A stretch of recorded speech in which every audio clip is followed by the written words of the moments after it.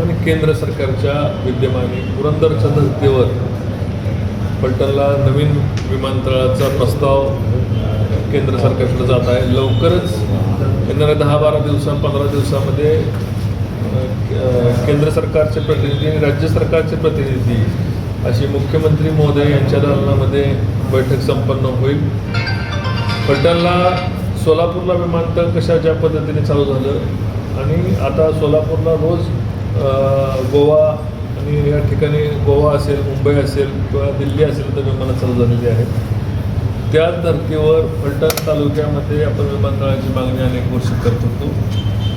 3000 फुटाचा रनवेसह नवीन राष्ट्रीय दर्जाचं विमानतळ फलटणला आपण सुचवलेलं आहे. तत्वतः त्याला मान्यता मुख्यमंत्र्यांनी दिलेली आहे की आम्ही हे प्रस्ताव स्वीकारतो आहे म्हणून केंद्र सरकारशी बोलणं झालेलं आहे. आणि मला खात्री आहे की 2028 किंवा 29ला विमानतळाचं बांधकाम चालू होईल, कारण जेव्हा 2000 कोटीपेक्षाही मोठा प्रकल्प आहे आणि तो प्रकल्पाला मान्यता मिळाली तर फलटणचं महत्त्व, अनन्यसाधारण फलटणचं महत्त्व हे वाढणार आहे.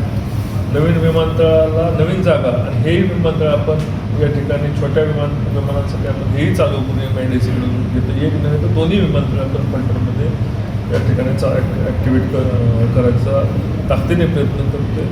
मी खासदार होतो तेव्हाही प्रयत्न करतो, खासदार नसतानाही तालुक्यासाठी जे आपण प्रयत्न केलेत, सर्व रस्ते, महामार्ग, निरादेवकाचा पाण्याचा प्रकल्प, जिल्हाधिकारी कार्यालय, साखरवाडीला तहसीलदार कार्यालय आणि जिल्हाधिकाऱ्यांची निविदा कालच मला वाटतं त्या निविदा नाही अधिसूचना प्रसिद्ध झाली.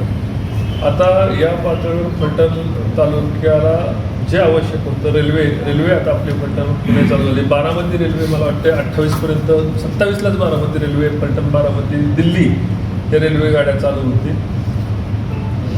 बुलेट ट्रेन जे स्वप्न आम्ही पाहिलं होतं तर बुलेट ट्रेनच्या प्रकल्पाला सुद्धा केंद्रीय कॅबिनेटनी टेक्निकल मंजुरी त्याला दिलेली आहे.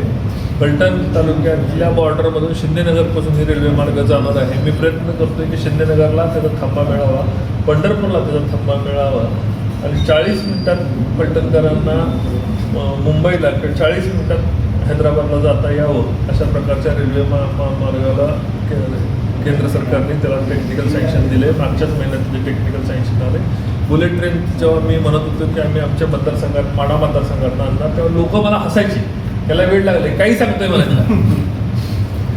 ज्या पद्धतीने मी सांगितलं की स्वतंत्र जिल्हा करणार, 11 नवीन जिल्ह्यांच्यामध्ये फलटणचा समावेश झाला. त्याचं परिपत्रक सुद्धा आलेलं आहे. परिपत्रक तुम्हाला सगळं 11 नवीन जे प्रॉस्पेरेशनल डिस्ट्रिक्ट होतात त्याच्यामध्ये बारामती, फलटण आणि पंढरपूर हे नवीन जिल्हे निर्माण करायला कॅबिनेटने मंजुरी दिलेली आहे. तर या जे आपल्याला शक्य आहे आता जो आपण पुणे बेंगलोर महामार्ग आपण फलटण मार्गे मागितला होता त्याचं 15,000 कोटी रुपयाचं पहिल्या टप्प्याचं टेंडर झालं आणि दुसऱ्या टप्प्यामध्ये फलटणचं टेंडर फलटण त्या दुसऱ्या टप्प्यामध्ये येतं आहे. तेही मला वाटतं की पुढच्या वर्ष 6 महिन्यामध्ये पुणे बेंगलोर महामार्गाचं टेंडर होतं.